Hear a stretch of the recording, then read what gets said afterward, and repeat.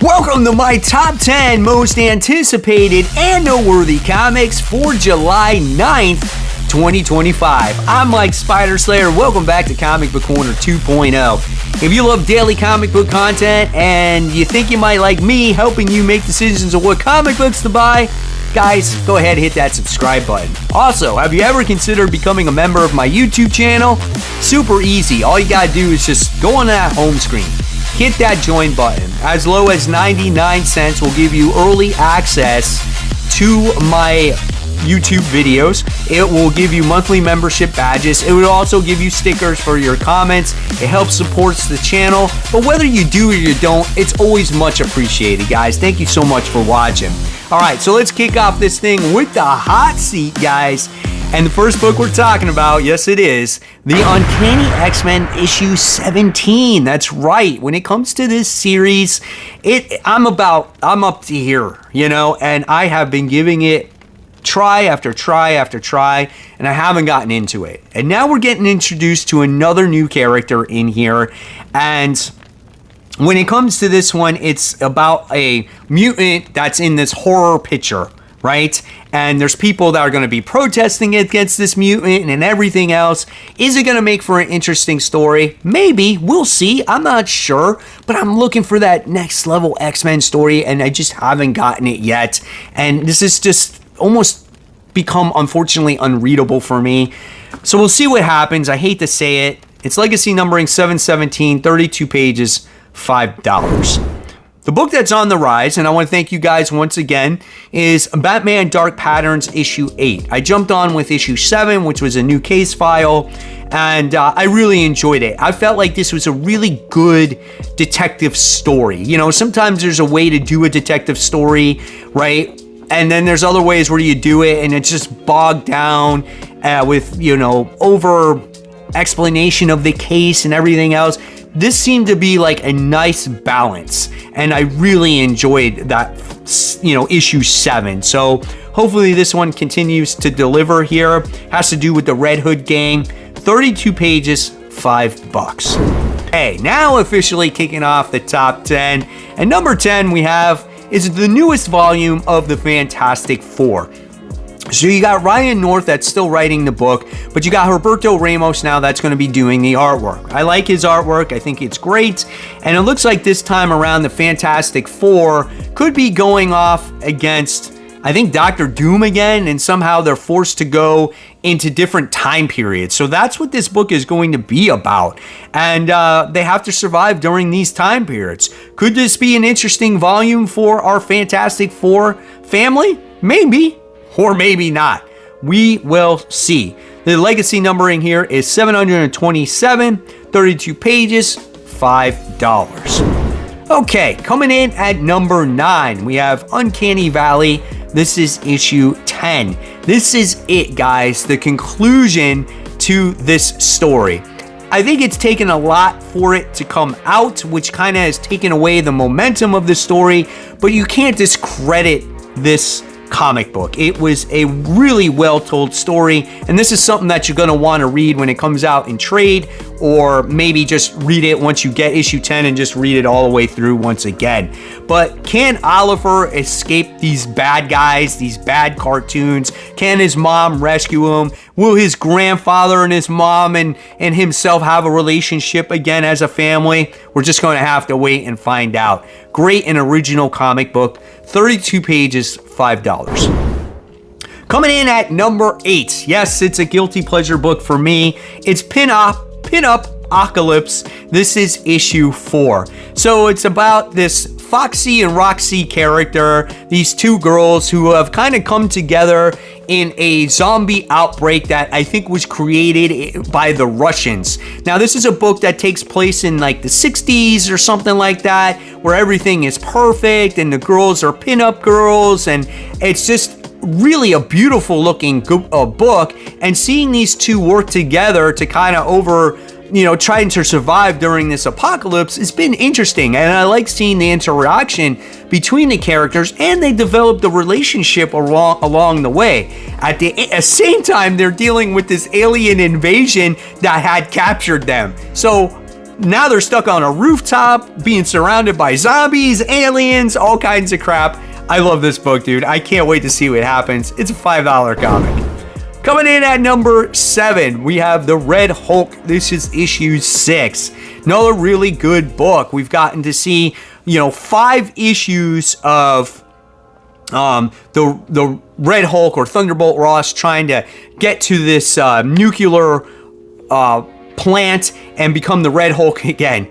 He does that, right? But at the end of the last issue, he winds up getting captured by the army because the army is owned by Doom, and now Red Hulk has to find a way to escape once again. I love this book. This is another one of those just fun books where it's not this crazy in-depth plot, but it has a solid story to keep you hooked with great action. So the pacing is good here. 32 pages, $4. Coming in at number 6, we have a really good book. Green Lantern Corps issue 6. Last issue, issue 5, was just a lot of fun with like Guy and this like furry Green Lantern where he like can transform into this beast, and they were escaping all these other villains and whatnot, and there was this space cabbie that was driving them, and it was just a fun issue, right? But in this issue, it looks like we're going to get the return of Mogo in here, and I don't know what the point with Mogo is. I know last time I think maybe he was like a Red Lantern or something like that, and we could get, I think there's going to be Jessica Cruz and Joe Mullins in here, so yeah, we'll see what happens. I think based off of the description, it says that Mogo is in a primordial volcanic state, so maybe he's on the edge of destruction, so we'll see. Love this book. 32 pages, $4. Top 5. Here we go. The issue 0 that you got for like, what was it, a quarter or $1 or something like that, or free? I don't even remember. Planet Death issue 1, published by Bad Idea. I've been waiting for this comic book since issue 0. We have this war that's about to happen between these two races. It's like these cyborgs and these aliens, and it looks like they're just gonna go freaking balls to the walls with each other, and it's awesome. It looks like it's gonna be a deluxe prestige format when it comes to this book, and I guess it has the writer of like John Wick attached to it, so that's something in itself. It's 64 pages, $6, not bad for what it is. Cardstock cover. Coming in at number 4, we got some banger books here. We got Conan the Barbarian. This is issue 22. The only thing I can say is that this book has been nothing short of phenomenal. I just love the writing that Jim Zub has provided for his readers when it comes to Conan, and being able to explain what Conan is going through, right? In the last issue, he wound up going to this mysterious town, and he wound up getting captured, but he realized that all these people had smiles on their faces, and he's like, what is going on here? And then obviously this town is being manipulated by some greater threat, and now Conan was captured in here, and can he escape? And he's doing battle against some serpent guy. I mean, it's just freaking so good. It's like one of those books where you don't expect Conan maybe to be that great, but it is written that well, and people say that, Jim Zub has a really good, he really knows how to write the character. So $4 for this comic. Pick it up. Top 3. We have Absolute Superman. This is issue 9. The Omega Men in Pursuit. It says the mysterious Omega Men have chased the Superman around the world, determined to plead their case not only with his help and by unleashing the full scope of his terrifying power. So we had the Omega Men searching for him. Lois was searching for him. One wants him for one reason, the other ones want him for the other reason, and Superman is just pissed off and like angry because everything that he's been close with has been taken away from him, and he's old enough to experience all that pain, where in regular Superman he was just a baby, right? So he didn't realize everything. Just another solid written book with great artwork. I mean, there is some really good comics this year, and I could not be more happier. 32 pages, $5. Coming in at number two. This almost got number one. It's back, baby. Beneath the Trees Where Nobody Sees, Rite of Spring. This is issue 1. This is a 6-issue miniseries highlighting, I think, based off of what I read in the preview, of like one of the Duck's brother, right, that's trying to find out and investigate how his brother wound up getting murdered. And I think, is it Samantha, who's the bear's name, is got to try to avoid this investigation that's going on from the Duck's brother or sister or whoever it was, right? So I am so curious on how this is going to turn out and how bloody it's going to be. I actually really love this first volume. And when I did my top 10 publishers video the other day, I forgot to mention that this was IDW's other big hit.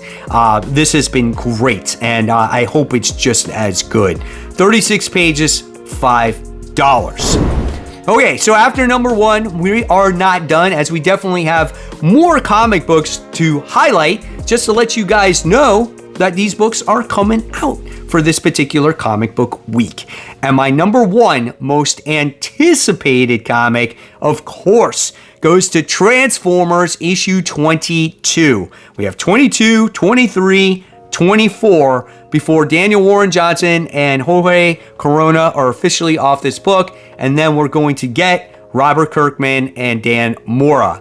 Until then, though, I'm going to really enjoy what Daniel Warren Johnson has left in the tank, and I cannot wait. It says one will stand, one will rise. There is no going back as the Autobots and Decepticons prepare to make their last stand. Megatron is back at full power. He's got his freaking arm back. Like, what's going to happen, dude? You got the Combiners going at it with each other. This is such a fun series. I can't wait, man. And I can't wait for I can't wait for after issue 25 also. Okay, so now it's time for those noteworthy comic books, and we always start off with the noteworthy books with Marvel Comics, highlighting Ultimate Spider-Man Incursion issue 2. We're going to see how this whole little incursion event continues to develop as Miles, once again, for right now, is in the Ultimate Universe. Then we move on to the next Miles book. We have Miles Morales Spider-Man, issue 35, as he's been dealing with the gods in his series. Then we have Magic. This is issue 7. From what I'm hearing, this book is ending soon. How many of you guys are still reading it? And then we have Wolverine, or I should say Laura Kinney Wolverine. This is issue 8. Then we have the continuation of Doctor Strange of Asgard, issue 5. I have a feeling this series is going to end once the Doom event ends. And then we have the Fantastic Four First Steps, issue 1. Is this an adaptation of the movie? Not 100% sure. Just let me know in the comments below. And then we have Marvel Swimsuit Special, issue 1. So if you want to see what the stories entail here, check it out. I'm going to check it out. There's a couple variants that I'm going to probably pick up for this one because there's some nice ones in there. Then we move on to DC Comics. We have Action Comics issue 1088. First issue was the first issue of this story arc was pretty decent. And then we have Batman and Robin, continuing with that whole storyline with issue 23. And then we have the continuation of Aquaman. This is issue 7, followed by the third issue of Supergirl. And then we have Trinity, Daughter of Wonder Woman, issue 2. Let me know, raise a hands, how many of you guys read this first issue of that? And then we got this Superman Treasury 2025 edition, Hero for All, issue 1. Okay, so now we move on to those indie comics. We have Radiant Black, issue 35. Then we have Hello Darkness, this is issue 12. Followed by I Hate Fairyland, issue 42. I can't believe we're on 42 issues of this series. And then we have the other Conan book, The Savage Sword of Conan. This is issue 9. And then for the Archie fans, We have Archie Meets Jay and Silent Bob, issue 1. This one is written by Kevin Smith. And that is it, guys. So there you have it. There are your top 10 most pulled and noteworthy comics for July 9th, 2025. Are any of these books exciting you? Let me know in the comments below. And as always, guys, I'll leave you more content right here for you to check out. And of course, guys, support those local comic shops. Keep buying, keep collecting, but always remember, read your comics so we can have great comic conversation. Guys, I'll see you on that next video.